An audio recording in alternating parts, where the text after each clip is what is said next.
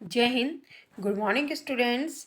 आज अपन पढ़ेंगे chapter number 16 parasitic adaptation इन helminths. Okay, कि इससे पहले अपन पढ़ चुके हैं कि आप जानते हैं कि एनिमल्स जो अपना फूड स्वयं बनाते हैं वो एनिमल क्या कहलाते हैं? ऑटोट्रॉफ। ठीक है।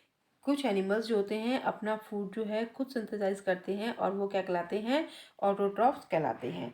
और जो कुछ एनिमल्स जो होते हैं वो ऑर्गेनिक सब्सटेंसेस का फॉर्मेशन नहीं करते हैं, वो अपने फूड के लिए अदर एनिमल्स पर डिपेंड करते हैं, तो वो एनिमल क्या कहलाते हैं? हेट्रोट्रॉफ्स कहलाते हैं। ठीक है, समझ में आ गया। अब ये हेट्रोट्रॉफ्स जो होते हैं ना, वो डिफरेंट टाइप के होते हैं। उनमें एक प्रकार जो होते हैं पैरासाइट होते हैं। पैरासाइट होते हैं जो अदर एनिमल से, ठीक है, समझ में आ गया, कि अदर एनिमल के बॉडी पर से वो फूड को लेते हैं। अब पैरासाइट जो होते हैं दो प्रकार के होते हैं। एक तो होता है आउटर, ठीक है, समझ में आ गया, जिसको क्या कहते हैं अपन? Ectoparasite. And second is the endoparasite. दो प्रकार के पैरासाइट जो होते हैं इसके अंदर पाए जाते हैं। जो एक्टोपैरासाइट होते हैं वो किसी भी एनिमल के बाहर से अपने फूड को लेते हैं, बॉडी पर जैसे अटैच हो जाते हैं, जैसे आपने लीच देखा है। ठीक है। और कुछ होते हैं एंडोपैरासाइट जो कि एनिमल की बॉडी के अंदर से अपना न्यूट्रिशन लेते हैं। दो प्रकार के पैरासाइट जो होते हैं पाए जाते हैं। ठीक है। अब पैरासाइट जो होते हैं ना, कई पैरासाइट जो होते हैं वो होते हैं जैसे पार्शियल पैरासाइट। पार्शियल पैरासाइट मतलब केवल उनकी लाइफ की कोई एक स्टेज जो होती है ना उसमें वो पैरासिटिज्म शो करते हैं। ठीक है, समझ में आ गया। और इसका एग्जांपल है जैसे सीपी का ग्लोचिडियम लार्वा। ठीक है, फिशेज में पैरासाइट होते हैं।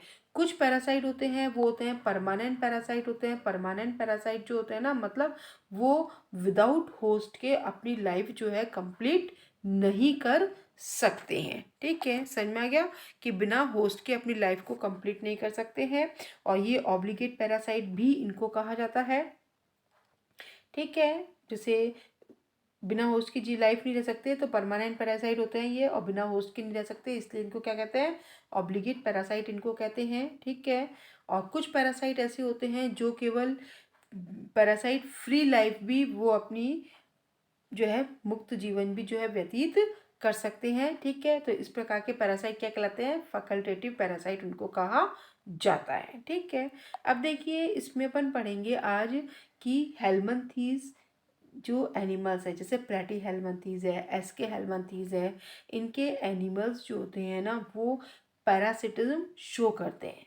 ठीक है, कि वो परजीवी होते हैं। तो अब एनिमल्स में पैरासिटिज्म जो शो कर रहे हैं कि उनमें परजीवी के लिए कुछ एडप्टेशंस जो होते हैं उन एनिमल्स में पाए जाते हैं। ठीक है, कि हेलमिंथीज के एनिमल जो होते हैं वो एक्टो एंड एंडो दोनों प्रकार के पैरासाइट होते हैं वो। ठीक है, समझ में आ गया। दोनों प्रकार के पैरासाइट होते हैं।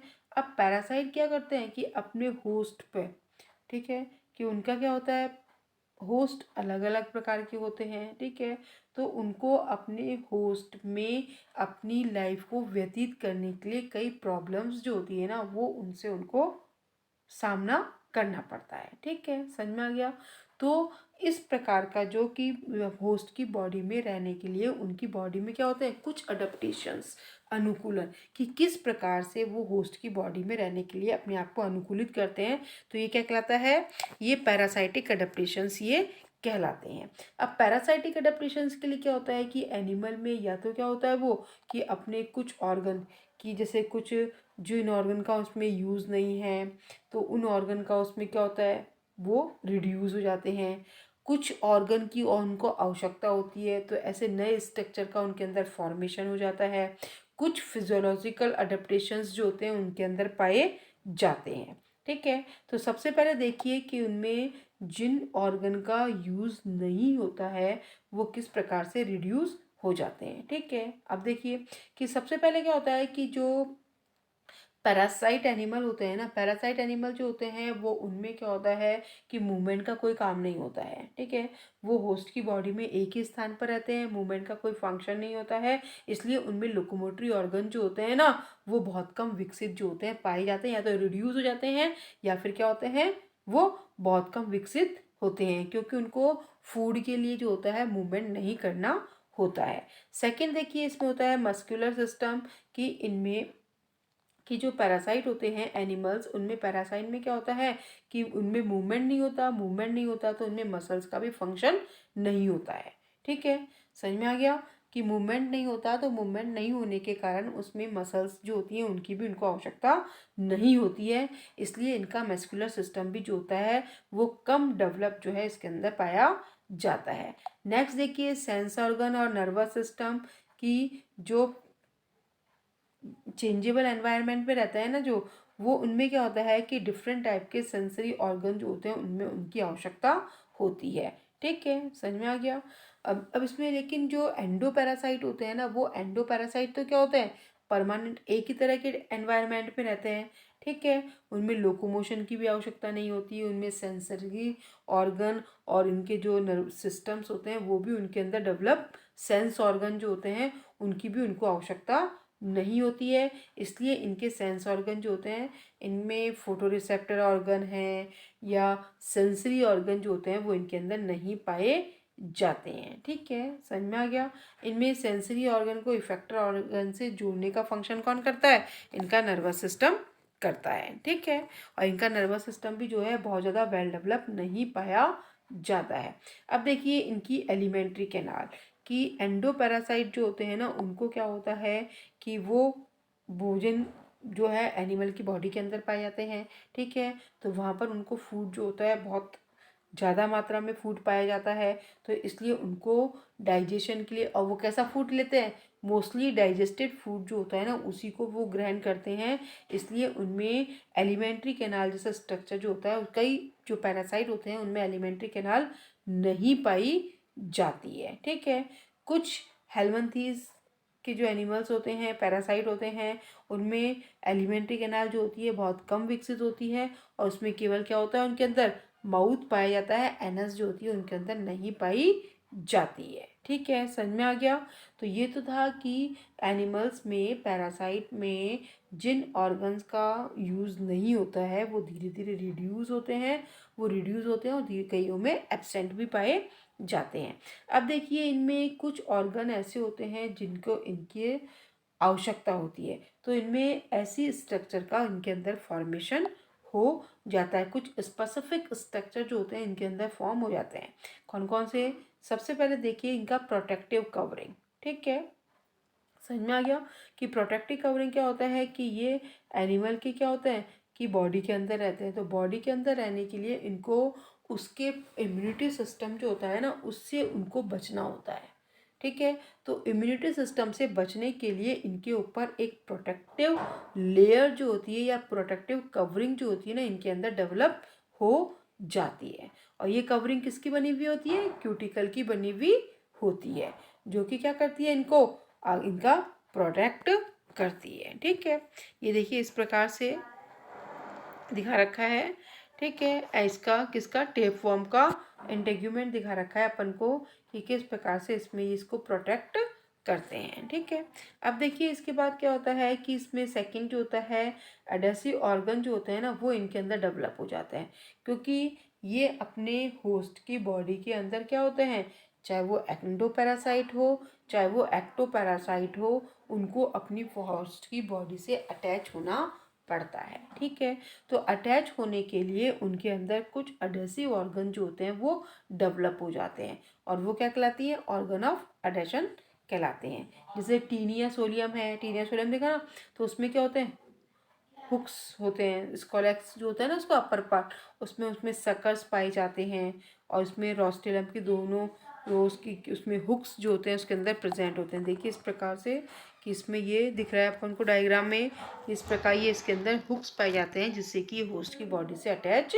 हो जाते हैं। ठीक है, इसके बाद देखिए इसमें लीवर फ्लूक में भी क्या होता है, उसमें भी दो सकर्स जो होते हैं ना, ये दिख रहा है ना आपको लीवर फ्लूक का डायग्राम, कि इसमें भी ये देखिए ये दिख रहा है ना आपको सकर्स, कि इसमें ये देखिए कि लीवर फ्लूक में ये देखिए यहाँ पर इसमें ओरल सकस जो होते हैं वो इसके अंदर पाए जाते हैं। ठीक है, इसके बाद देखिए थर्ड है कि इनमें रिप्रोडक्टिव सिस्टम जो होता है उसका डेवलपमेंट हो जाता है, कि इनमें रिप्रोडक्टिव सिस्टम जो होता है ना वो वेल डेवलप पाया जाता है। ठीक है, समझ में आ गया कि रिप्रोडक्टिव सिस्टम कैसा होता है इनके अंदर, वेल डेवलप रिप्रोडक्टिव सिस्टम इनके अंदर पाया जाता है। कि एडल्ट जो एनिमल होते हैं ना उनमें तो पूरी बॉडी में इसमें रिप्रोडक्टिव ऑर्गन जो होते हैं ना वो इसके अंदर पाए जाते हैं। अब पैरासाइट कैसे होते हैं? वो हर्मैफ्रोडाइट होते हैं। हर्मैफ्रोडाइट मीन्स मेल और फीमेल जो होते हैं वो दोनों एक ही एनिमल के अंदर पाए जाते हैं। ठीक है।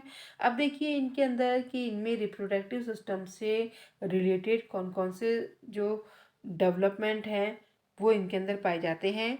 देखिए इसमें सबसे पहले देखिए अपन कि सबसे पहले तो क्या होता है इनमें होस्ट से प्रोटेक्ट होने के लिए, ठीक है, समझ में आया कि होस्ट से प्रोटेक्ट होने के लिए इनमें कुछ जो है डेवलपमेंट जो है इनके अंदर पाए जाते हैं। अभी अपन इसका रिप्रोडक्टिव सिस्टम है ना वो अभी अपन आगे इसका जब वो पढ़ेंगे ना अपन इसकी लाइफ साइकिल उसके अंदर इसके रिप्रोडक्टिव सिस्टम का पढ़ेंगे कि कौन कौन से ऑर्गन का डेवलपमेंट इसमें किस प्रकार से होता है फॉर रिप्रोडक्शन। ओके, तो सबसे पहले देखिए इसमें कुछ फिजियोलॉजिकल अडेप्टेशंस जो होते हैं इसके अंदर पाए जाते हैं कि कैसा कि सबसे पहले तो होस्ट से अपनों को प्रोटेक्ट जो है किस प्रकार से करते हैं ये, ठीक है।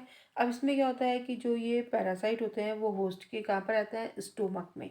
गैस्ट्रिक जूस जो होता है वो कैसा? एसिडिक मीडियम, एसिडिक सीक्रेशन होता है वो। तो ये और इंटेस्टाइन के डाइजेस्टिव सीक्रेशन क्या करते हैं?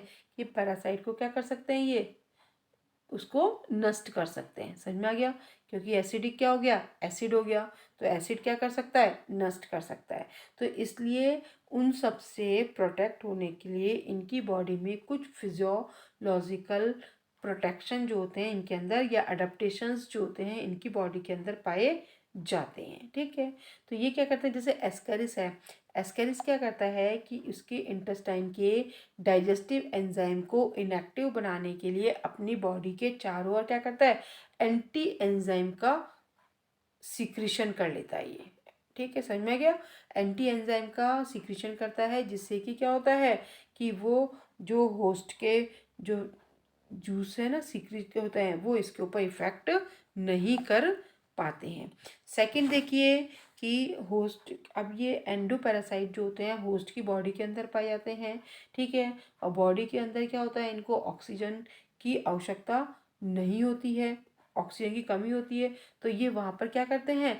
एनारोबिक रेस्पिरेशन जो है वहाँ पर ये करते हैं जिसके लिए इनको ऑक्सीजन की आवश्यकता नहीं होती है, ठीक है, समझ में आ गया। Third is the lysis. Lysis में होता है कि इनमें क्या होता है कि जो पैरासाइट होते हैं ना उनमें होस्ट में क्या होता है कि कई जो टिश्यू होते हैं ना उनको लाइसिस करने की क्षमता जो होती है इनके अंदर पाई जाती है। तो ये क्या करते हैं? लाइसिस कर देते हैं ना कि उसको तक को गला देते हैं या भेद कर उसमें एंटर कर जाते हैं।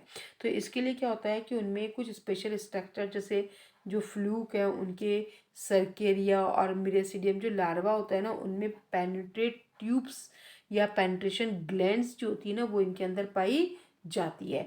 और ये ग्लैंड क्या करती है कि होस्ट की जो है उसको क्या करती है? पेनिट्रेट करती है। समझ में आ गया? पेनिट्रेट करके अपने सीक्रेशन को उसके अंदर छोड़ती है या उसके सीक्रेशन से न्यूट्रिशन को प्राप्त करती है। ये देखिए इसमें लार्वा दिखा रखे हैं अपन को, ये मेरासिडम लार्वा, सर्केरिया लार्वा, ठीक है। इनमें देखिए किस प्रकार से यहाँ पर ये इसमें दिख रहा है आपको, ये इनके अंदर पेनिट्रेशन ग्लैंड जो होती हैं ये इसके अंदर पाई जाती हैं। इसके बाद देखिए next is the effective reproduction strategy कि इसमें कि होस्ट की जो ये इसमें इनके जो यंग वंस होते हैं ना वो एक ही होस्ट में क्या होते हैं? उत्पन्न होकर उनमें रिप्रोडक्शन की कैपेसिटी जो होती है उनके अंदर डेवलप हो जाती है, ठीक है। अगर अब एक ही होस्ट के अंदर क्या होगा? इतने सारे पैरासाइट जो होंगे ना उसके अंदर हो जाएंगे तो होस्ट क्या होगा? होस्ट की डेथ हो जाएगी, ठीक है, समझ में आ गया। तो अब होस्ट की डेथ हो जाएगी तो इससे किसको नुकसान होगा? पैरासाइट को भी नुकसान होगा, होगा ना। तो इससे इसलिए इस प्रॉब्लम से बचने के लिए वो क्या करते हैं कि अपनी जो लाइफ साइकिल है ना उसको, उसकी जो प्राइमरी स्टेजेस होती है ना उसको होस्ट की बॉडी से बाहर कंप्लीट करते हैं ये लोग, ठीक है, समझ में आ गया। तो ये कई एनिमल्स ऐसे होते हैं जो दो होस्ट में अपनी लाइफ साइकिल को कंप्लीट करते हैं, ठीक है। तो एक होस्ट में तो ये जैसे एडल्ट जो होते हैं ना वहाँ पर ये इनका सिस्ट का, इनका ये एग लेइंग का इनका फंक्शन करते हैं। फिर ये जो होते हैं दूसरे एनिमल को अपने होस्ट के रूप में जो होते हैं सेकेंडरी होस्ट जो होते हैं ना उसकी बॉडी के अंदर इनको जैसे अपने इनके यंग वंस हैं वगैरह या एग वगैरह हैं, तो ये क्या करते हैं, जब होस्ट की फीसेस के साथ उसको बाहर निकाल दिया जाता है, और अदर एनिमल जब उसको, जैसे होते हैं ना पिग वगैरह, ये जो होते हैं खाते हैं, तो वो उनकी बॉडी के अंदर वो एंटर कर जाते हैं। तो अपनी लाइफ साइकिल जो है ना, वो दो होस्ट के अंदर जो है, ये एनिमल्स जो होते हैं ना, वो अपनी लाइफ साइकिल को दो होस्ट के अंदर कंप्लीट करते हैं। ठीक है, समझ में आ गया? ठीक है, समझ में आ गया स्टूडेंट्स? तो ये आपका चैप्टर जो होता है कंप्लीट हो गया है। ठीक है, ओके।